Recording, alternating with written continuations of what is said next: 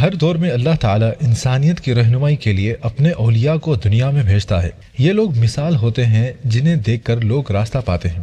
ان میں سے کچھ اولیاء ایسے ہوتے ہیں جن کا اثر اتنا گہرا اور طاقتور ہوتا ہے کہ ظاہری انتقال کے بعد بھی دنیا انہیں یاد کرتی ہے اور ان سے فائدہ لیتی رہتی ہے۔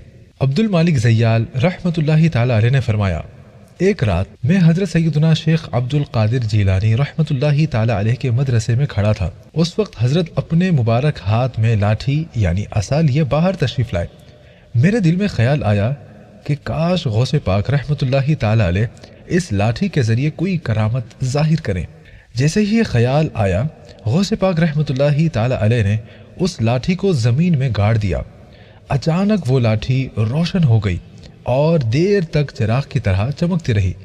پھر غوث پاک رحمۃ اللہ تعالی علیہ نے لاٹھی کو زمین سے نکال لیا اور وہ اپنی پرانی حالت پر لوٹ آئی۔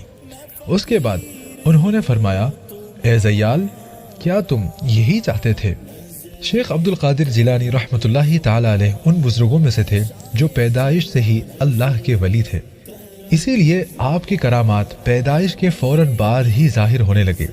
جیسے کہ سب جانتے ہیں کہ آپ فرسٹ رمضان کو پیدا ہوئے اور صبح سے شام تک اپنی والدہ کا دودھ نہیں پیتے تھے، صرف سورج غروب ہونے کے بعد ہی دودھ پیتے تھے۔ آپ نے اپنے استاد کو قرآن مجید کے 18 پارے زبانی سنا دیے، کیونکہ آپ نے وہ اپنی ماں کے پیٹ میں رہتے ہوئے ہی یاد کر لیے تھے۔ سبحان اللہ۔ پیدائش کے وقت آپ کے ہونٹ ہلکی حرکت کر رہے تھے اور اللہ اللہ کی صدا سنائی دے رہی تھی۔ آپ کی پیدائش کے دن جیلان میں 1100 بچے پیدا ہوئے، سب کے سب لڑکے تھے اور وہ سبھی اللہ کے ولی بن گئے۔ غوث اعظم رحمۃ اللہ تعالی علیہ خود صداقت اور سچائی کی ایک زندہ مثال تھے۔ ان کا کردار نہایت اعلیٰ تھا اور ان کے دل میں ہمیشہ غریبوں کا درد رہتا تھا۔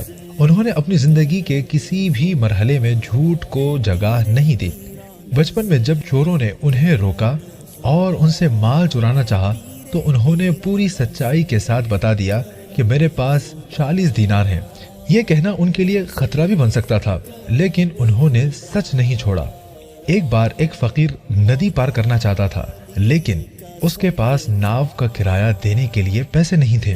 کشتی والے نے اسے بٹھانے سے انکار کر دیا۔ جب غوث اعظم رحمۃ اللہ تعالی علیہ کو اس بات کا علم ہوا تو اپنے 30 دینار بھیج دیے اور کہا، آج کے بعد کسی غریب کو ندی پار کرنے سے کبھی منع مت کرنا۔